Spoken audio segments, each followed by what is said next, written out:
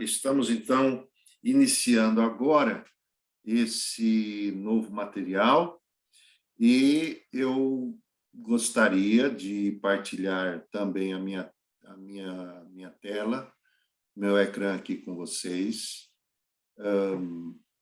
Como eu vinha dizendo, nós temos aí uns 250 diapositivos, né, que são os slides, que nós chamamos, no Brasil a gente chama slide, mas aqui chamamos diapositivos, e justamente para nos orientar nesse material, né? Estudar Apocalipse não é um material tão simples, né? Digo que não é simples porque eu não sei se vocês sabem, mas, por exemplo, a maioria dos reformadores protestantes, eles fizeram os comentários dos livros, os livros da Bíblia, né? E, por exemplo, nós temos o caso de Lutero, Martinho Lutero. Martinho Lutero, por exemplo, ele não chegou a comentar o livro, a carta de Tiago, não é? Ele tinha uma certa dificuldade em perceber o ensino de Tiago. E, por incrível que pareça, nós temos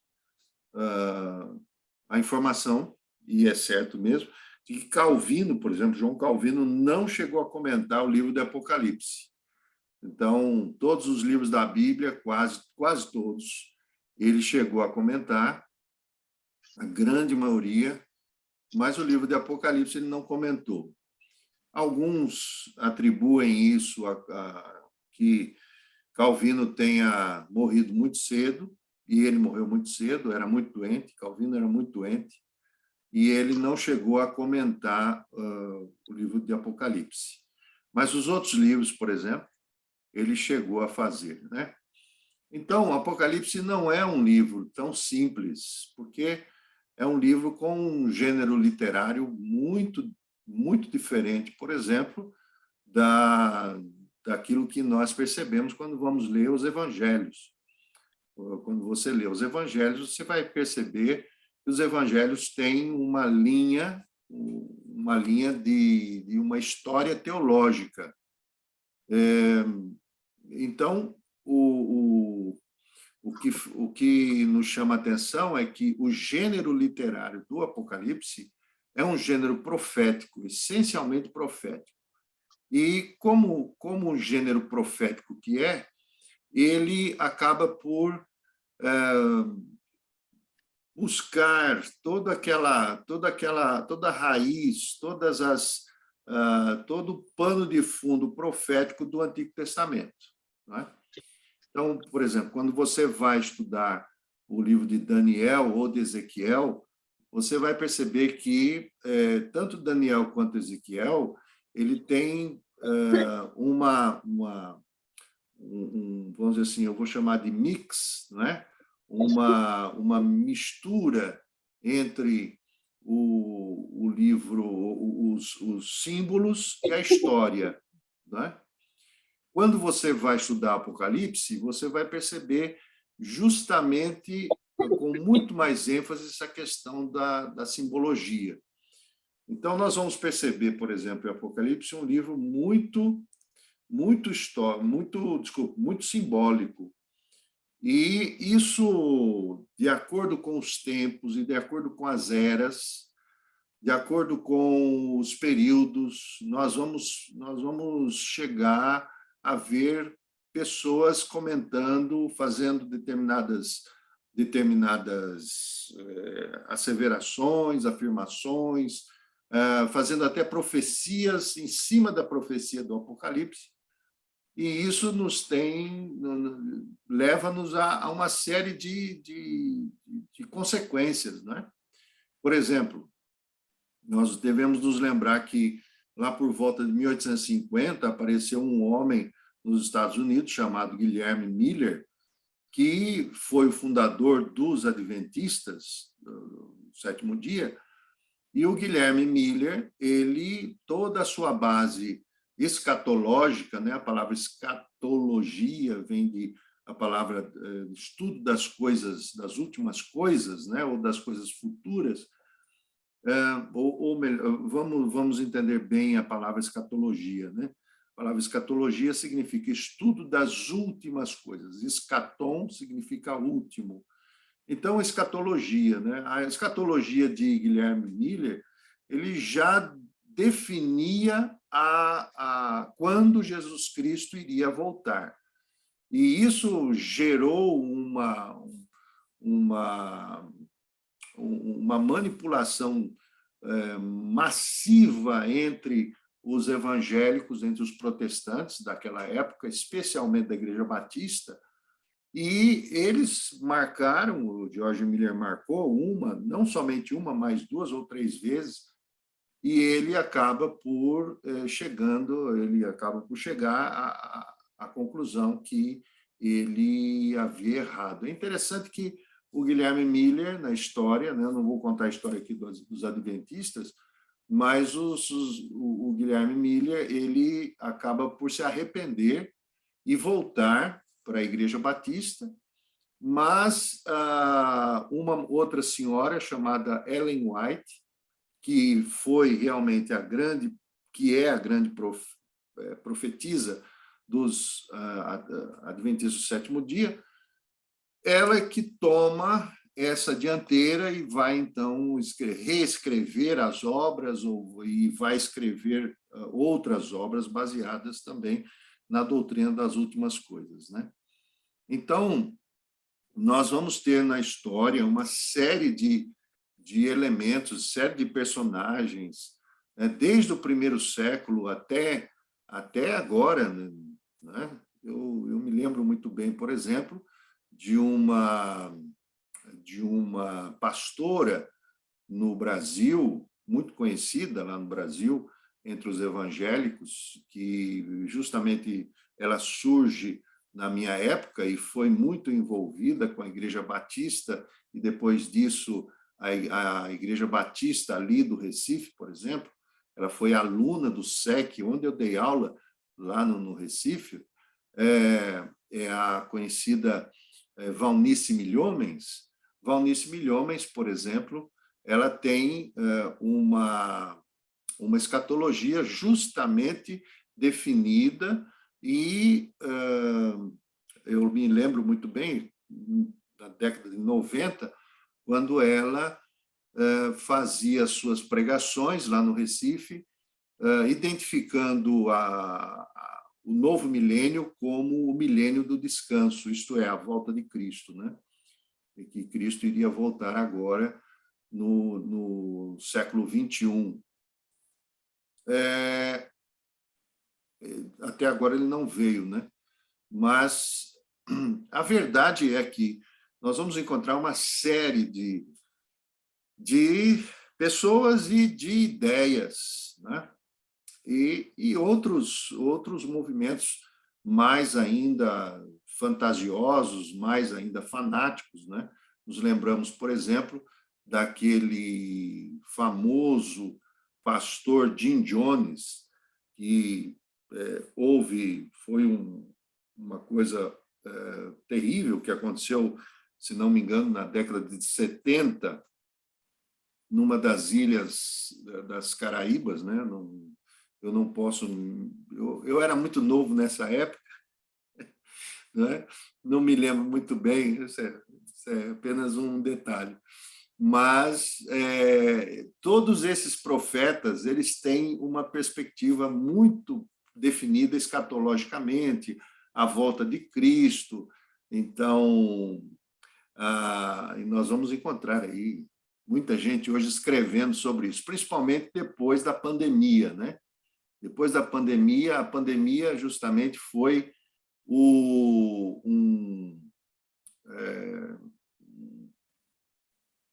uma situação onde provocou esses inúmeras pregações sobre o Apocalipse, né? Nós vamos encontrar aí isso aí. Bem, mas nós vamos ter, e eu sei que você tem, como eu também tenho, uma série de dúvidas com respeito ao Apocalipse. Principalmente quem estuda vai precisar sanar as suas dúvidas.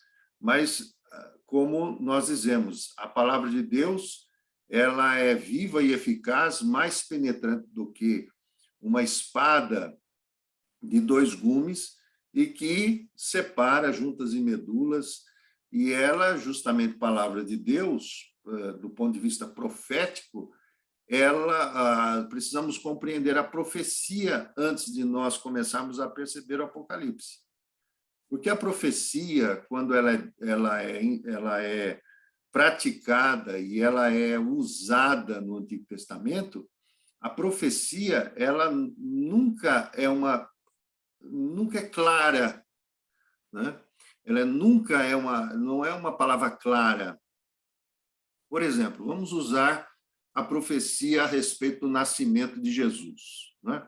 Vamos abrir a palavra de Deus em Isaías 7,14 e vamos ver o que nos diz ali, Isaías 7,14. Por exemplo, vamos usar, antes de nós começarmos o Apocalipse, essencialmente, nós queremos tentar compreender um pouco o que seja profecia, né?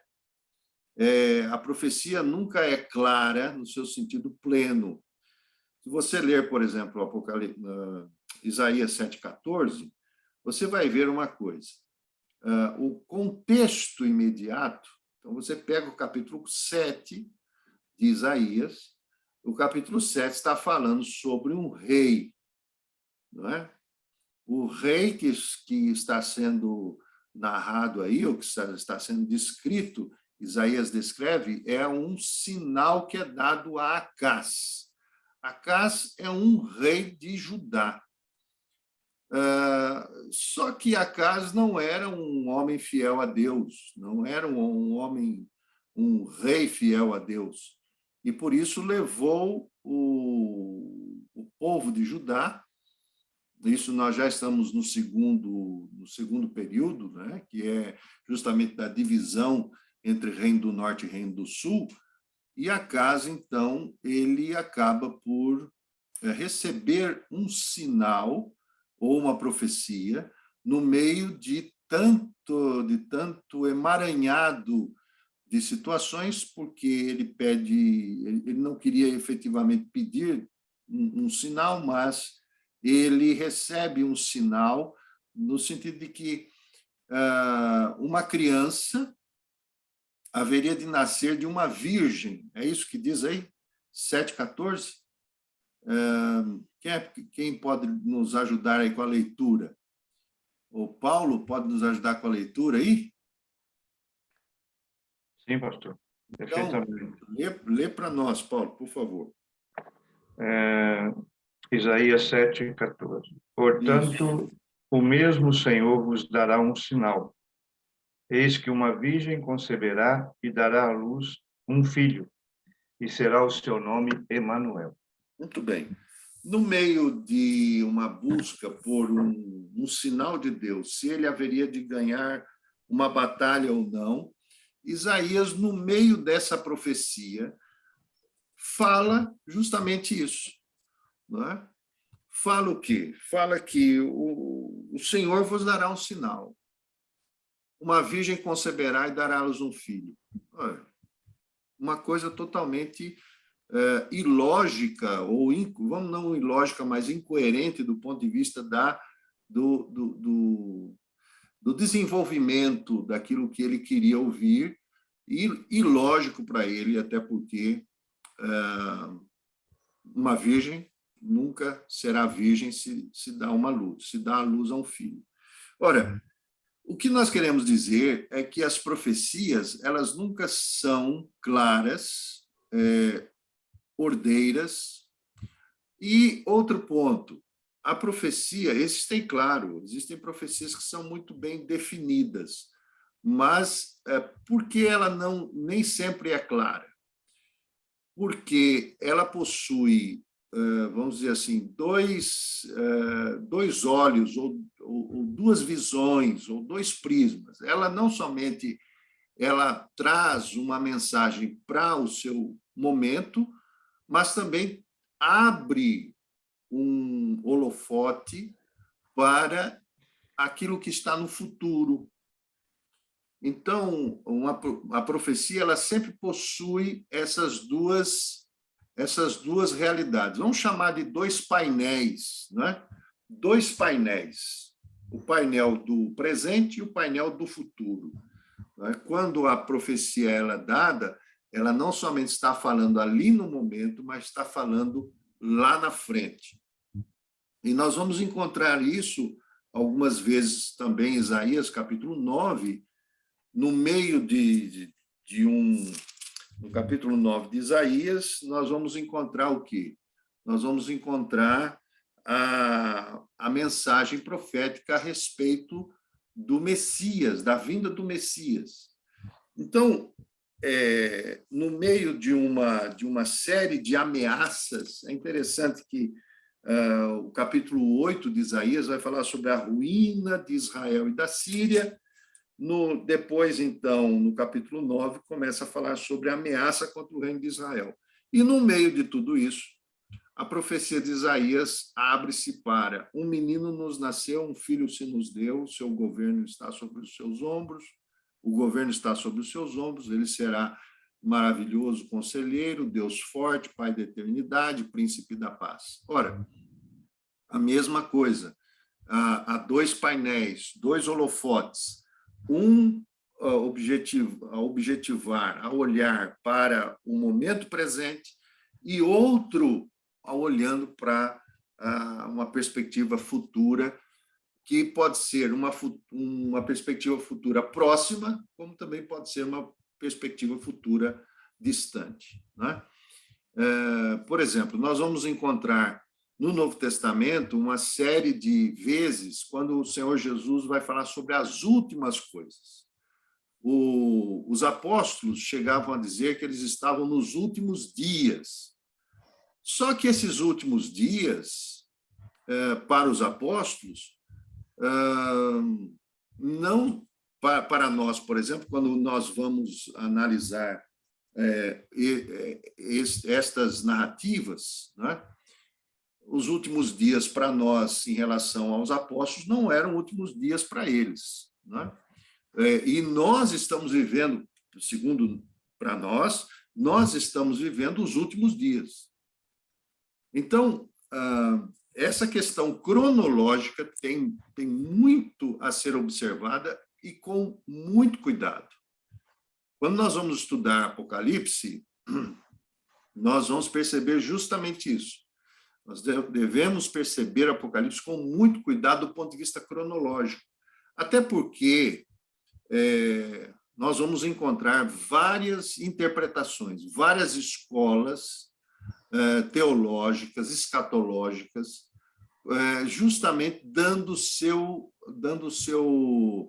a sua conotação, a sua ênfase, e nós vamos ver que cada um, por exemplo, vai analisar. Alguns vão analisar Apocalipse do ponto de vista simbólico, outros vão analisar Apocalipse do ponto de vista literal, outros vão procurar fazer as duas coisas. Então, precisamos tomar muito cuidado. E, nesse cuidado, principalmente com respeito à questão temporal, certo? Então, dito isso, nós vamos, então, entrar na primeira parte de Apocalipse, né? Nós vamos fazer o quê? Nós vamos ler capítulo 1. Então, eu vou pedir a você que abra a sua Bíblia aí no capítulo 1, não é? Nós vamos ler com cautela, com cuidado, até porque o capítulo 1 ele é a introdução, não é? Nós vamos perceber que, nessa introdução, nós vamos nos deparar aqui com algumas coisas extremamente sobrenaturais, é claro, mas do ponto de vista histórico também. Então, eu vou comentar aqui, vou iniciar, vou fazer aqui um compartilhamento de tela e eu espero que vocês estejam a perceber.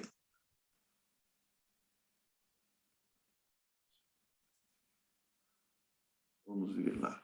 Bom, esta é a nossa capa, certo? Nossa capa de introdução. Eu achei muito interessante essa imagem. Quero apenas comentar essa imagem. Essa imagem não fui eu que eu colhi da internet, e eu achei interessante porque você, por exemplo, retrata bem, você vai perceber que isso retrata bem a realidade de onde João estava, né? Esse ambiente aqui nós vamos ter as rochas, né? A ilha de Patmos, onde João vai escrever o Apocalipse, não somente o Apocalipse, mas ele vai escrever também as outras cartas e o Evangelho. E nós vamos ter aí o papiro, né, que é o rolo de aquele livro que está se abrindo, e esse livro, né, ele está se diluindo, né? Parece que é uma fumaça, alguma coisa assim, juntamente ao lado de um cordeiro.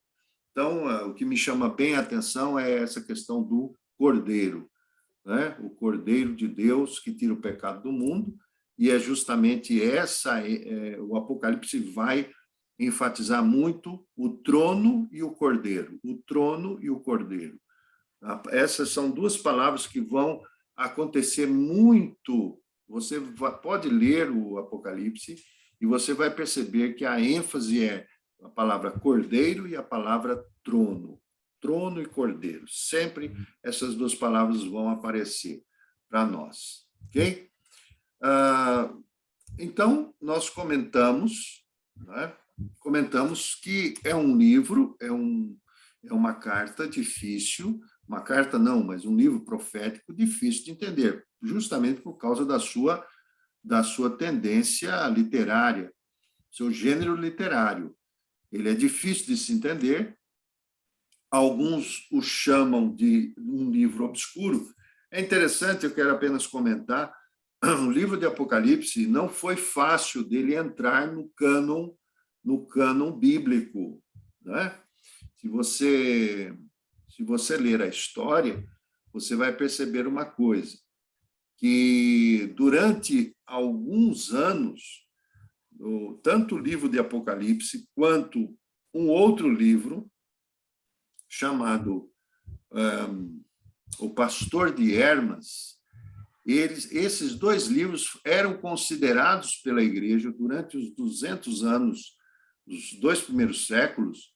Esses dois livros eram considerados como proféticos para a Igreja, mas nenhum dos dois se as pessoas tinham plena tranquilidade de ler, porque eram livros que usavam demasiadamente simbologia, e então, logo depois, em 325, a Igreja Reunida definiu que somente o Apocalipse ia ser considerado como um livro profético, né?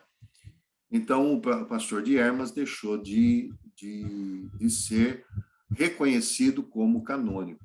Bem interessante esse detalhe, nessa época onde os 300 anos, né, mais ou menos, três séculos, onde a Igreja estava formando uma série de elementos que estavam sendo formados nessa época, até mesmo o cânon bíblico, o cânon profético.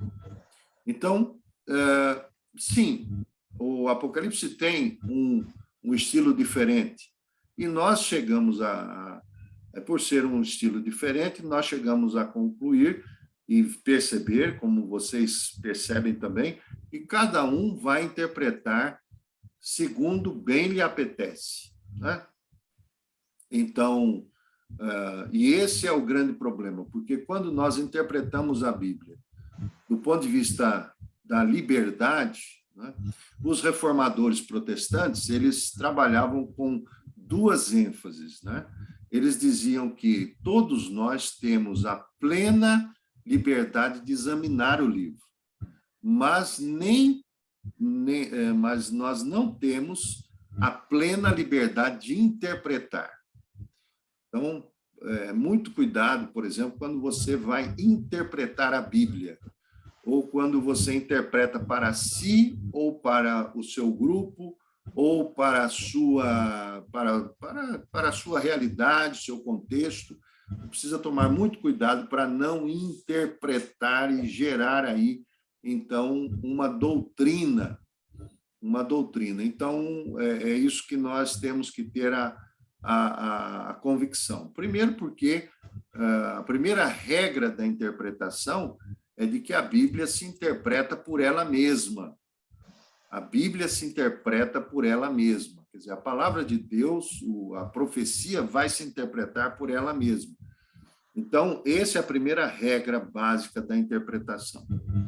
Bem, quando nós falamos em Apocalipse, nós vamos ver aí que a primeira palavra que aparece no livro do Apocalipse é a palavra Apocalipse. Quem é que pode ler para nós capítulo 1, versículo 1 de Apocalipse? Apocalipse 1, versículo 1.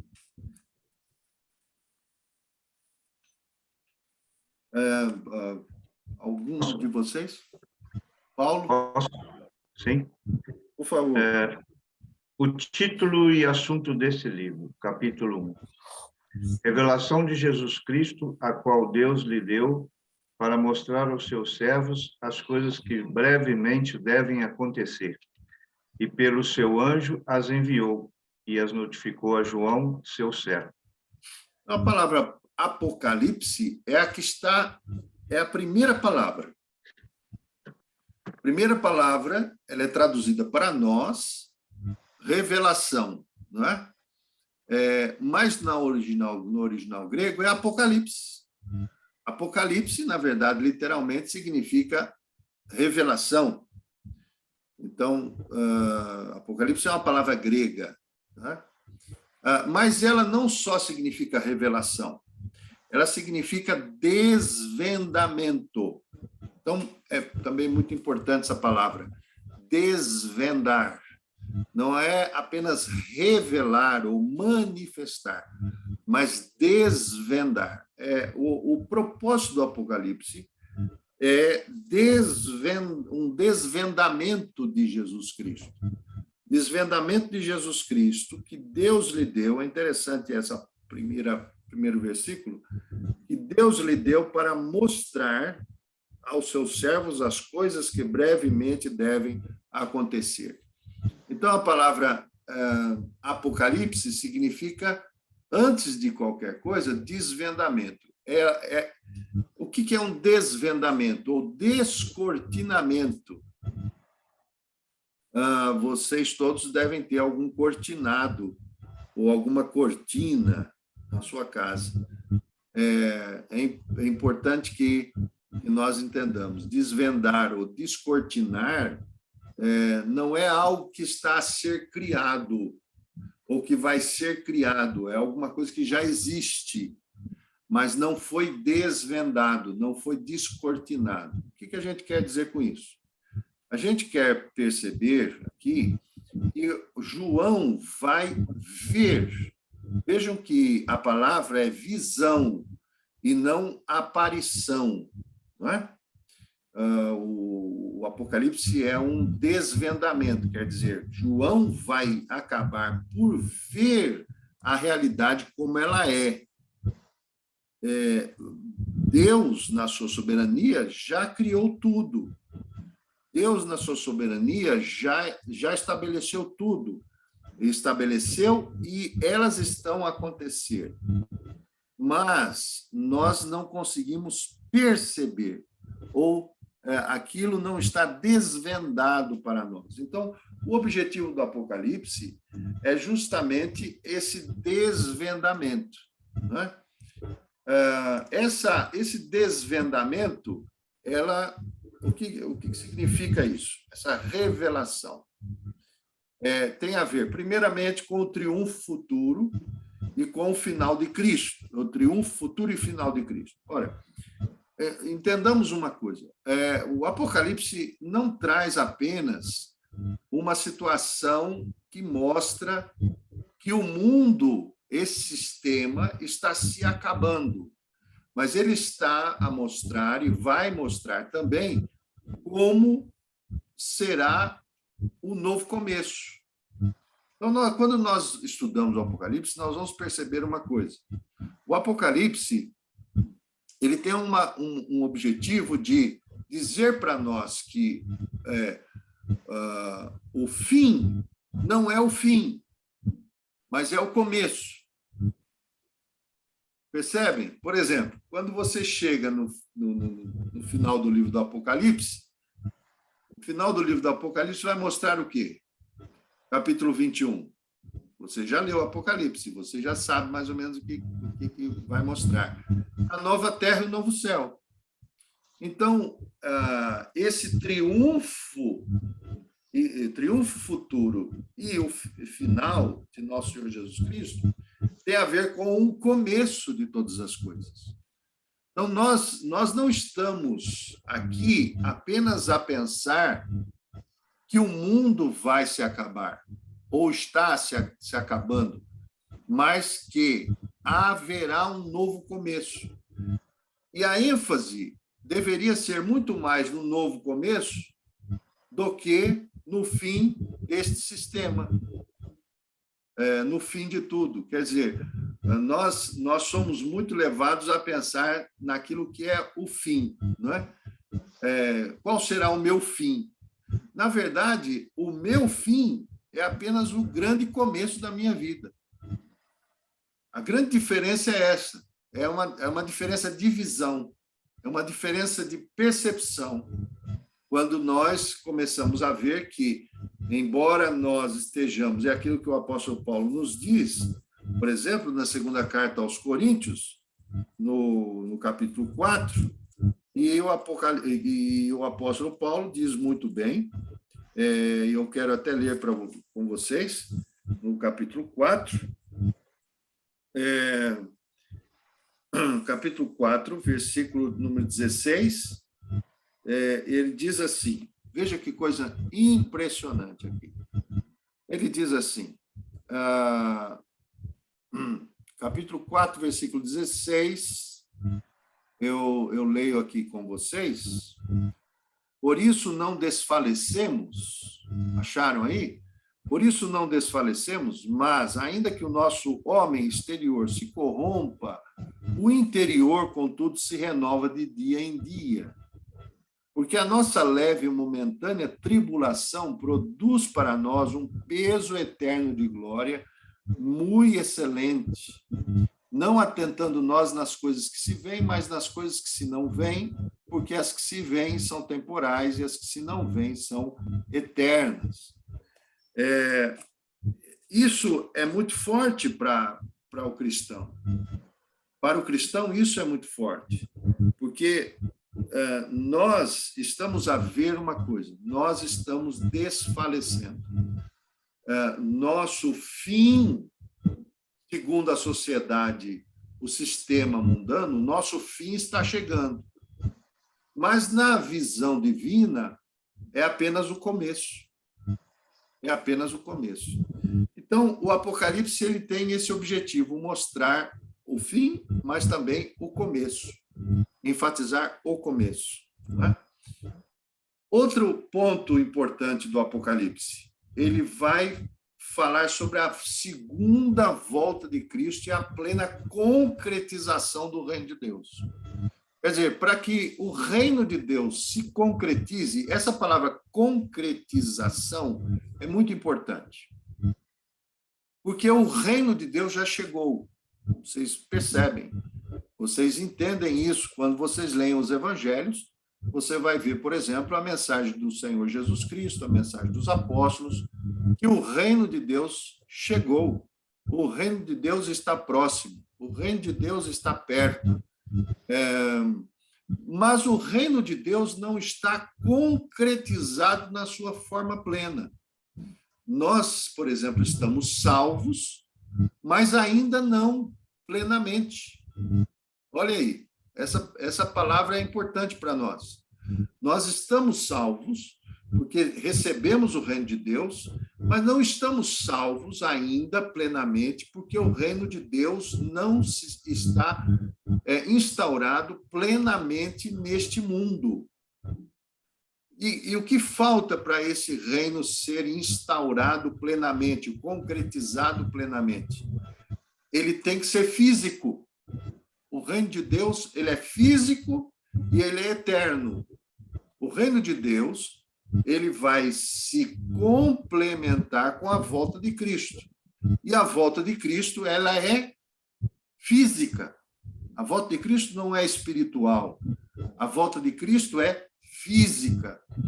E Cristo é físico, não é? Cristo não ressuscitou? Então, a sua vinda é matéria. Esse reino vai se materializar. Ele vai se concretizar neste universo, neste mundo, nessa terra. Então, nós estamos a perceber o Apocalipse? Sim. Estamos a viver o Apocalipse? Sim. E o objetivo é falar sobre a volta de Cristo e a plena concretização desse reino. E, em terceiro lugar, o Apocalipse, ele não é uma profecia que apenas fala de coisas estranhas e tantas vezes espantosas, porque você, por exemplo, vai analisar o Apocalipse e você vai perceber uma coisa.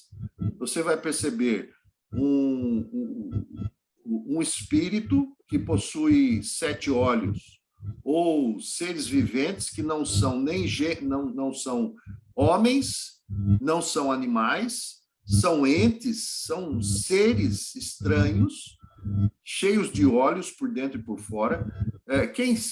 São elementos, são personagens que são estranhos para nós, assustadores. Vamos chamar de assustadores, né? Há muita gente, por exemplo, que não lê o Apocalipse, porque se ler o Apocalipse antes de dormir, não vai dormir, não é? Tal é o assombro que ele vai gerar na mente das pessoas. Mas o objetivo do Apocalipse é encorajamento dos cristãos que enfrentam a hostilidade de uma sociedade incrédula.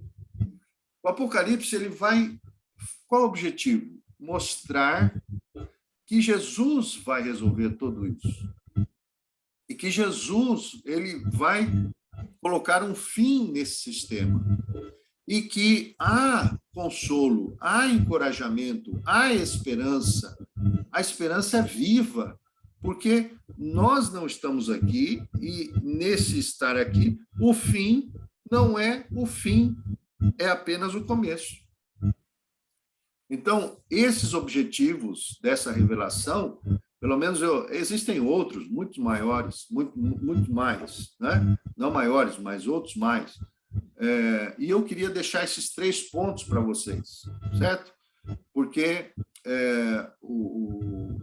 tanto quanto nós vamos prosseguir no Apocalipse, nós vamos ver justamente esse aspecto da palavra vitória, né?